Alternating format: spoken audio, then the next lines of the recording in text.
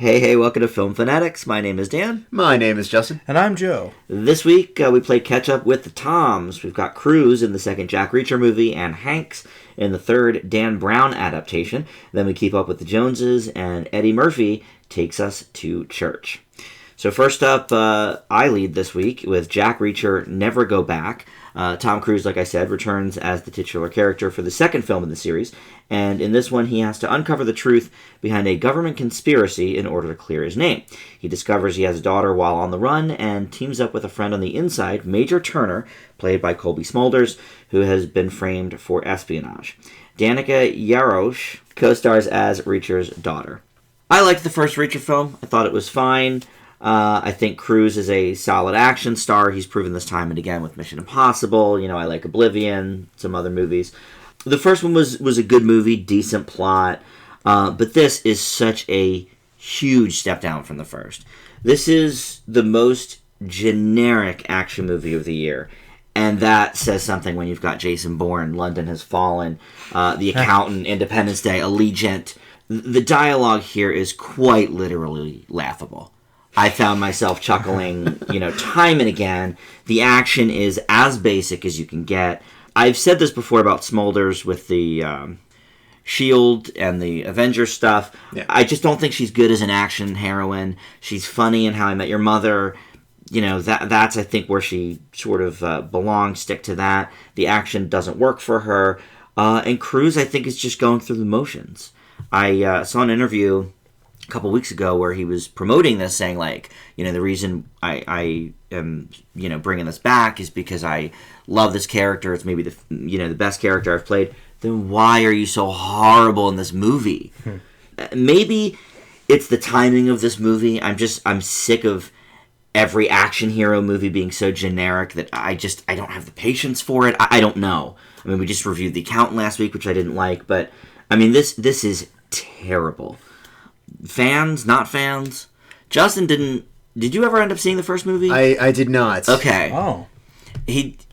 Your parents told you that the Cruise casting based on the book, because they read the books, wasn't good? Am I remembering that? I mean, A, it was that I just didn't have any interest at the time. B, my folks are Reacher fans, the novels that is. Mm-hmm. And believe me, it's not just my folks. There's legit fan rage. Well, they're the only people I know that have read them, so yeah. I'm basing it on that. But no, that's okay. As we just discussed, I can't really say I was excited for this one. I certainly wasn't when the first one came out. But what struck me as interesting about this one was, Edward Zwick, who we worked with Cruise on Last Samurai, stepped into the director's chair, and I thought he might bring something new to the table. Maybe something's going to work this time around. Because I know the first one got mixed reviews. Mm-hmm. And I just felt like I really didn't miss anything. I think the biggest issue this movie has going for it is just it doesn't know what story it wants to tell. And part of the reason that it's that way is because it's way, way, way, way, way too long. There's a conspiracy story. There's a wrongfully accused story. There's the daughter subplot. And 4 other ones along the way. And random assassin versus Reacher thing that is sort of peppered throughout the entire movie to keep you on the edge of your seat. I guess it would be fine if it committed to any of them, but most of the time it doesn't. I did do some research before getting into this one. I'm like, okay, don't rely so much on parental testimony. How is Reacher typically described as a character in the books? So I looked around. To say Tom Cruise might be one of the most questionable literature character interpretations ever would be the understatement of the century. Nothing like Jack Reacher. I mean, literally nothing. Okay. To the point that I don't know how Lee Child can stand behind it. The action, I thought, was okay. Way too much shaky cam. Clearly went to the Paul Greengrass School of Cinematography. But I can't really say I was bored in it. It just has way too much going on. So for me, it was kind of more of a mediocre experience rather than a truly terrible one. Joe, did you ever see the first one? Yeah. Okay. Yeah, enjoyed it? Yeah, it's fine. Okay. I thought it was pretty good for what it was. How about Never Go Back? Well, you should never go back to see it. I'm sure that joke's been made. But in all honesty, though, like, this movie is just so by the numbers. Like, it's every beat. And I mean, every action movie now is some sort of spy espionage thriller. I admit that I'm a little sick of them too, but this one is about as generic as it gets. And you're right, there's a lot of stuff going on, a lot of subplots that they're not committing to. I thought the daughter aspect was the most interesting part, but half the time they're not with her, and it's played for laughs, and tonally it's off. And, Yes. And you know, I know It's a mess. Many unintentional. Yes. I have heard that Tom Cruise is really passionate about getting these books made, and his passion projects, but he just seems so disinterested in the actual role. I'm like, I don't really get it. So I can't really say that I thought it was terrible, but it was painfully generic. Painfully. Like, I think it's the worst Cruise movie I've ever seen. Now, granted, I haven't seen them all.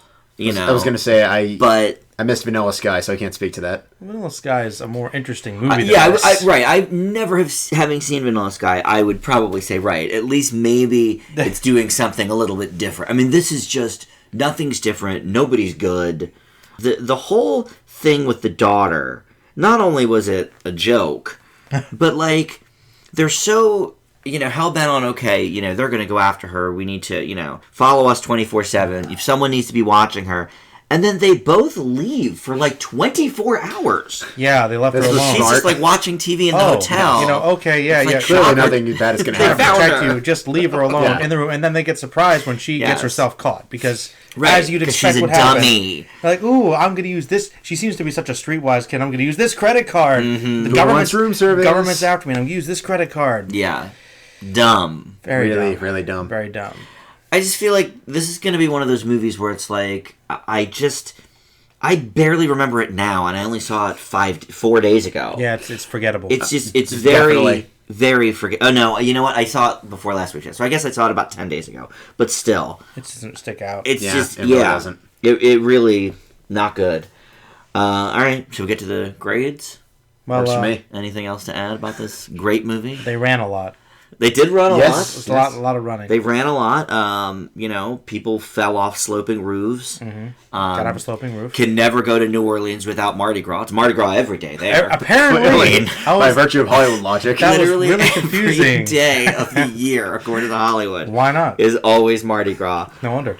Yeah. We've seen some bad ones this year, but I have to say, I'm done. I'm sick of this garbage. It's an F. Wow. Justin? I couldn't find one thing to like about it. That might be I can't say I'm quite as negative, but it's definitely mediocre, if nothing else, C-. Yeah, I'm with Justin, C-. Okay. Well, up next is Inferno. Joe? Oh, I'm leading this one. Yes, sir. Would have been good to remember beforehand. This is the third film that is an adaptation of the Dan Brown trilogy, which focuses on secret clues about religious apocalypse, that are going to be happening. And, of course, Tom Hanks is this wonderful professor. We meet again, and this time he's working with the chick from Rogue One. Oh, yeah. Felicity Jones, yeah. Felicity Jones, yeah. It was like, oh, it's her. Hawking's wife. Hawking. Yes, sure. Yes, Hawking's wife. That's how I know Yes. her. And, and once again, he finds himself in Italy. He's been knocked unconscious. He wakes up in a hospital, and his memory is iffy, and people are after him because he knows something, and it may have something to do with Dante's Inferno. Ooh. Ooh. Well, This ought to be good. well, I love the Da Vinci Code. I saw it. I enjoy it. I think no matter whatever the controversy is, I enjoyed the movie when I saw it like years ago. Never saw Angels and Demons, but It was okay. But I heard it's okay. Generally, the consensus is this is probably the worst one of the three, which I guess I can see. But since I can't compare it to Angels and Demons, I don't have the best comparison. I think that Tom Hanks is pretty good because he's Tom Hanks. I think Felicity Jones.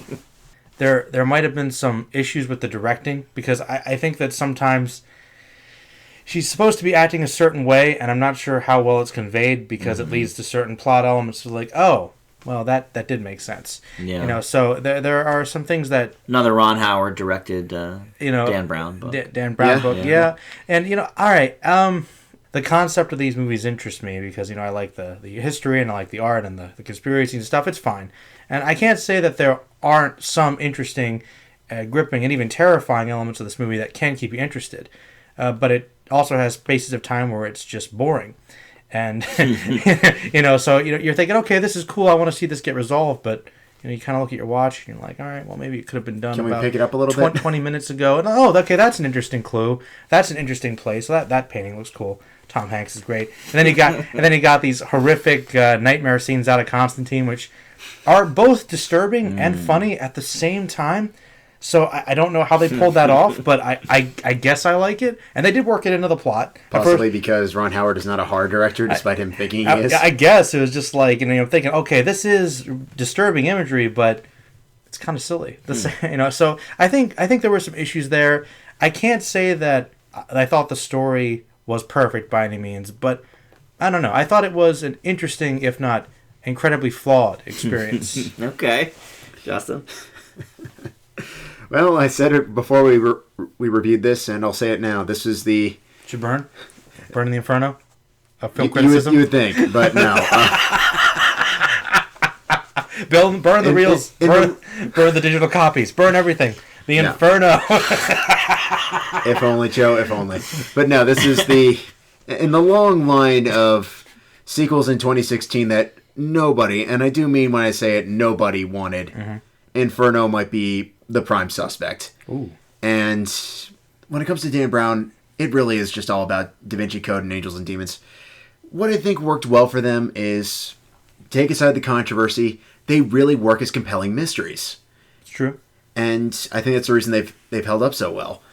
The movies, the way I think about it is, it's not necessarily that they're bad. It's just there's so much detail that they'd probably be better off as a miniseries than an actual movie.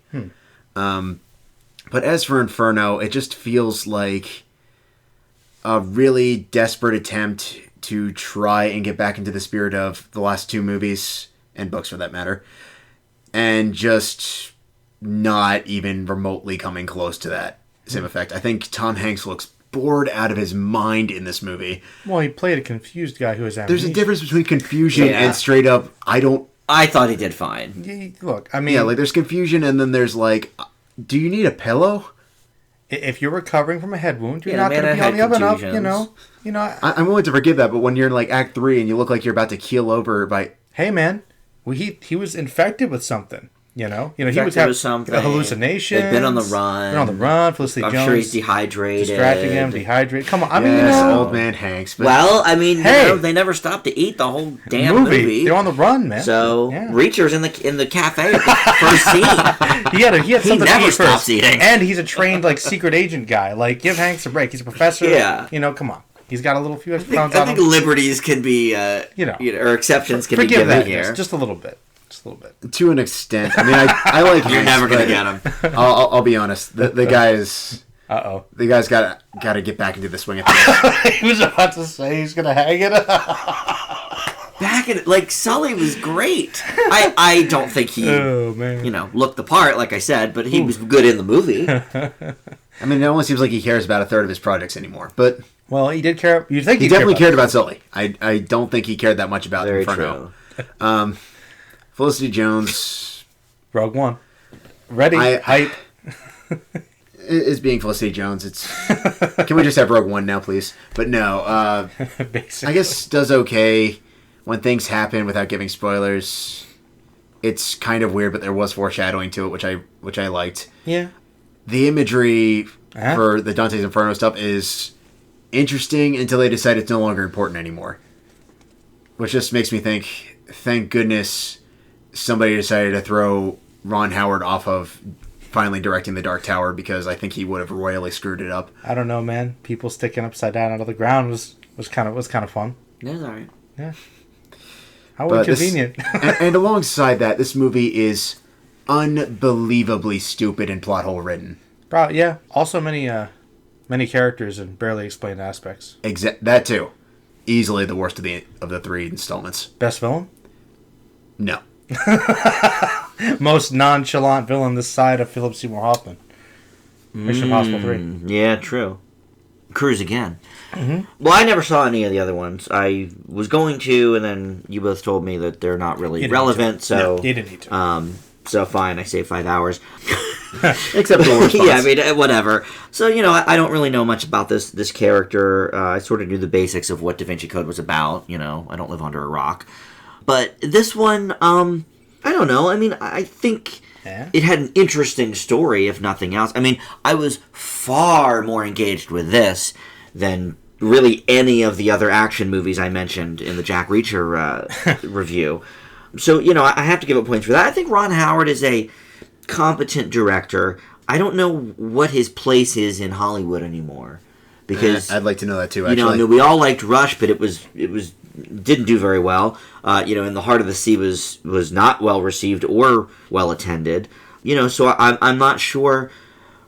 Maybe producing projects is more where he should be leaning. I mean, obviously, Arrested Development is probably the most successful thing he's done in 15 years. Probably. Other than maybe the first Da Vinci Code, I guess. But so I mean, I agree. The imagery and some of the more fantastical aspects of this movie maybe aren't directed that well. That's sort of where it falters. But in terms of like the action sequences and the running and I thought that was fine. I could follow along. I didn't think everything was shaking all over the place. I do like that they sort of brought what's her name, Hawking's wife. The character sort of came full circle. Felicity Jones. Yep. I guess Rogue One is maybe the more. That's but I don't care about that. So. Yeah, that's true. So it doesn't make a ton of sense. Hanks maybe is off his game a little bit, but I don't think it goes down in the worst of Hanks books. Oh no, there's far worse. So I don't know. I thought it was okay, and this is maybe one of these examples where you go into it expecting absolutely nothing. I mean, the reviews are scathing. Yeah. It's one of the worst reviewed movies of the year. So to come out of it thinking, well, that wasn't so bad. I was all right with that. I give Inferno a C-. D+. C+. Ooh, Joe. All right. Well, Justin and I are going to discuss Keeping Up with the Joneses. Could you guys keep up with them?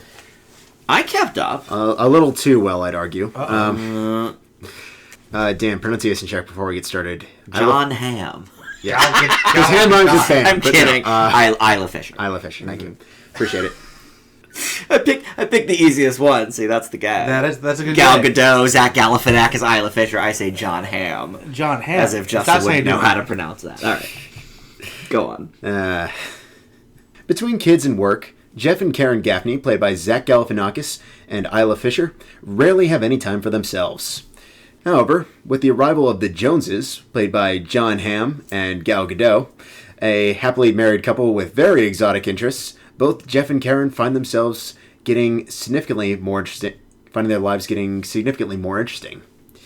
Especially after discovering that the Joneses aren't who they say they are. And the kids are gone, too. And the kids are gone, so that yes. frees up all their time. Here's how I feel like the pitch for this movie went. The guy who made Superbad, Greg Mottola, said, hey, you know that movie Mr. and Mrs. Smith that came out, 10, 15 years ago? Let's do that. Take Mr. Smith's buddy, played by Vince Vaughn, make him the main character, and make the Mr. and Mrs. Smith characters make them the fun side characters this time around. And let's hope that it works. To put it lightly, it doesn't. Part of the problem with it is every single aspect of this movie runs on entirely too long. The setup to the main action comedy aspect, way too long. The introduction of the Joneses takes way too long. The climax takes way too long. And the resolution, ironically enough, kind of abrupt. And I don't really blame the actors. I blame the fact that Mottola didn't seem to really know what he was doing with the script. Because there's a lot of strong potential for comedy here, but so much of it comes off as either obnoxious, forgettable, or some variation between the two. I'm not going to deny the fact that I laughed, but the jokes are few and very, very far between, ultimately culminating in what I'm just going to refer to as mandatory lowbrow comedy cameo. But for me, it just feels like a forgettable, I would argue, possibly lost opportunity. Okay.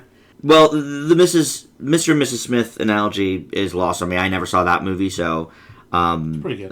That's what I hear, I always wanted It's to, fun. but I actually didn't even know Vince Vaughn was in it, so...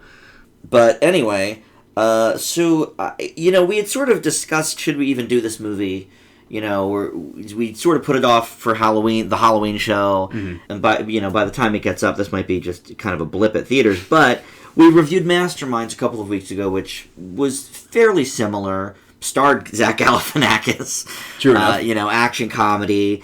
So we kind of thought, well, why not throw this at the wall, see if it's any better than Masterminds? For me, it actually was a little bit. I agree that the jokes aren't that good. I liked the action aspect of the film, believe it or not. I did when we finally got there, but... I don't know that everything had too long a build-up. Maybe a couple of minutes here or there on some scenes, but I really liked the camaraderie with Galifianakis and Ham. I sort of liked the, Fisher and Godot back and forth, at the shopping mall, for example. That was good. I liked where they were going with that, but I don't think they went far enough. Possibly.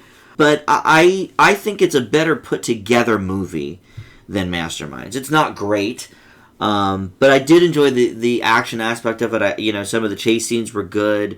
I really like Godot. Other than Wonder Woman, I don't know her from anything else, but... Furious franchise? Yeah. That's okay. Honest response. She's like, what, the Side character for 3 movies? 15th build in the last couple movies. But yeah, so I kind of like Godot. Ham is...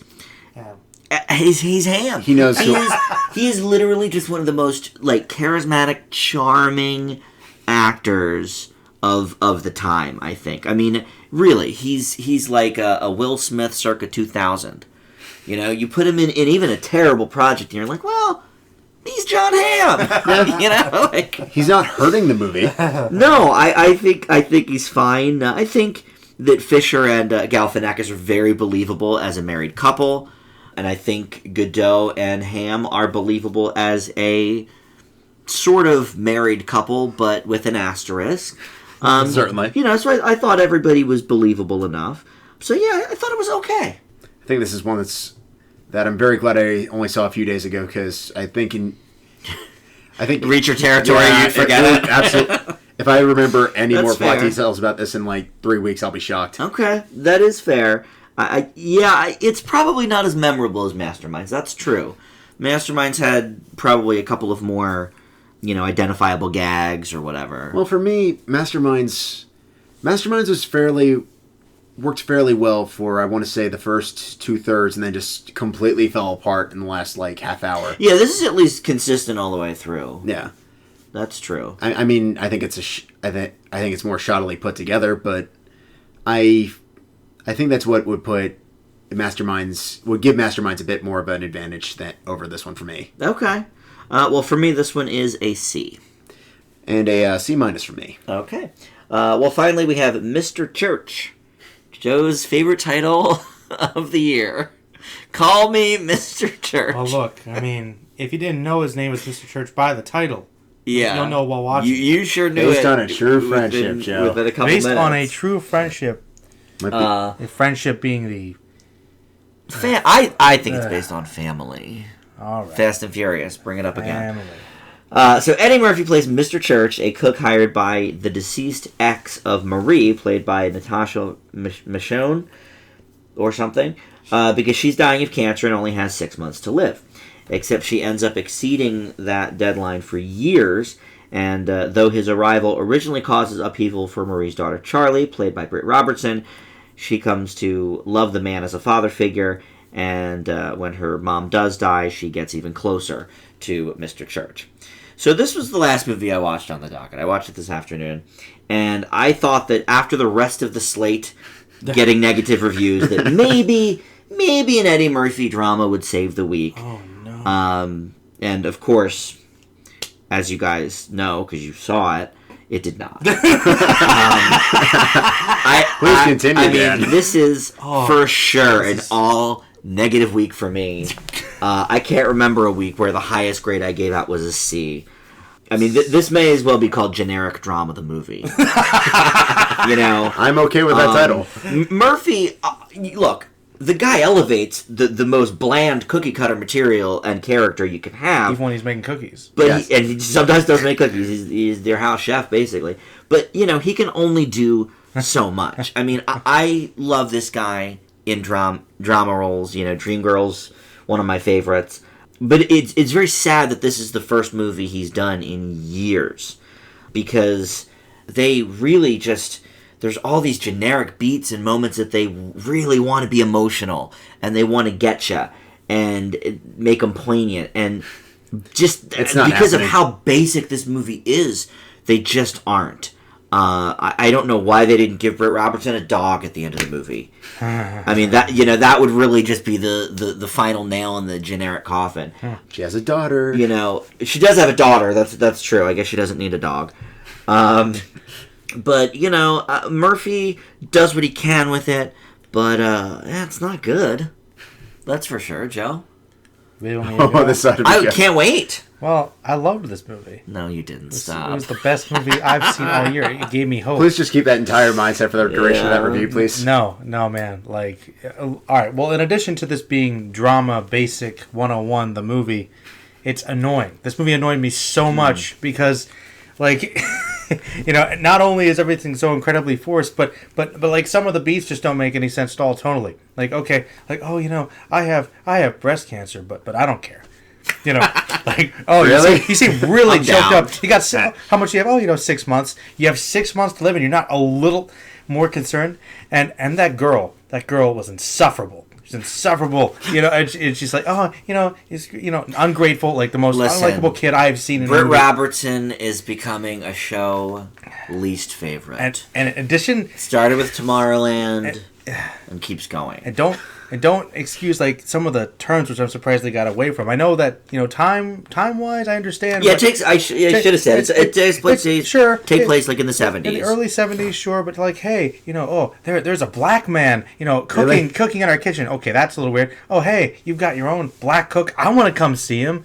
Like, Really?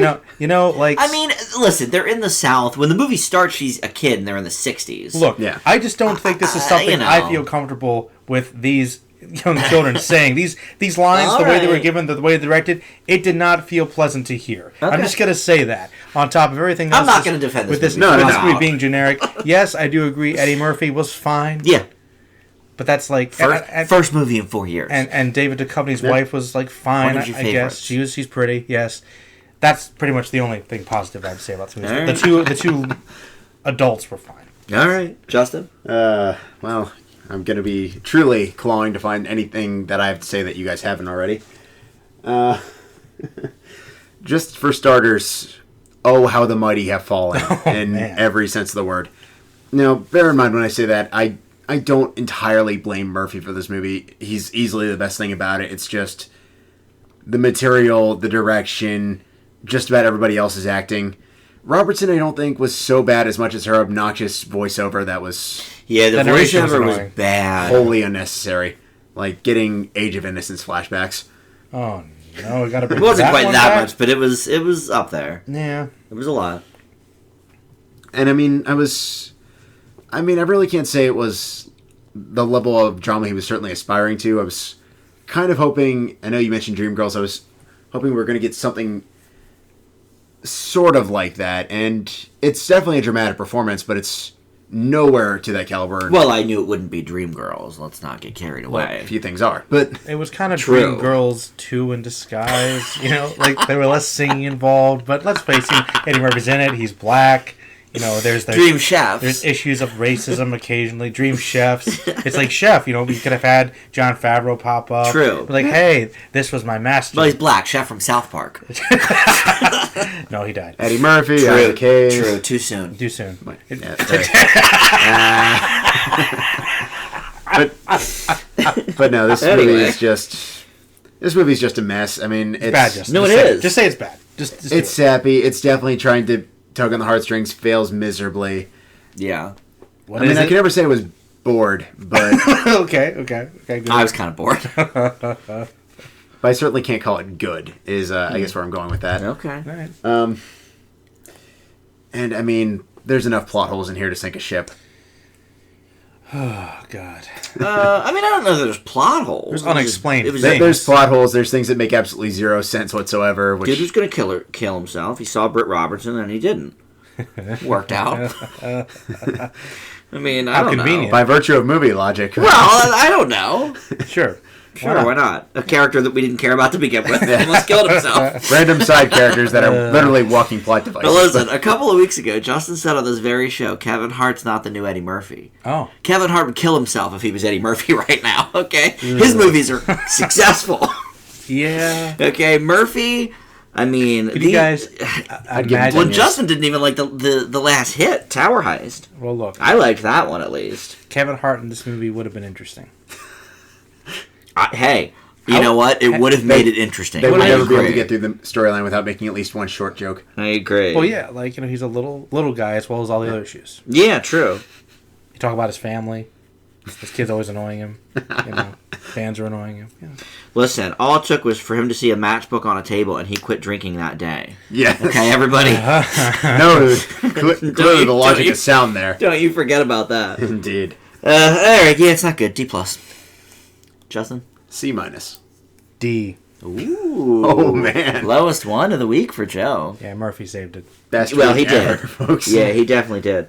Yeah, sometimes the bad movies are more enjoyable to talk about than the good, that's for sure. Agreed. Yeah, there's more to talk about sometimes. Certainly. Like, why didn't this make sense? Yes. Well, hopefully next week we'll have a show with some Did anybody give a positive? No.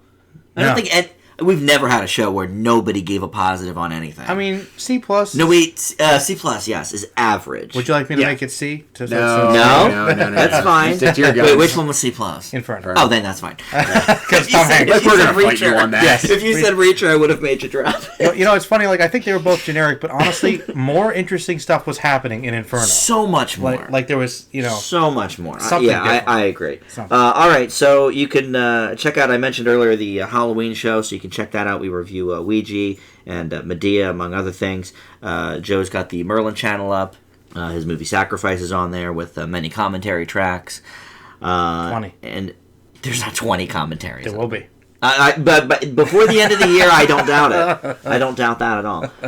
And you can subscribe to our channel as well here on YouTube, or check us out on Facebook, Film Fanatics with an exclamation point, or the Twitter feed at Film Fanatics Pod. Thanks so much for listening, and we'll see you back here next time.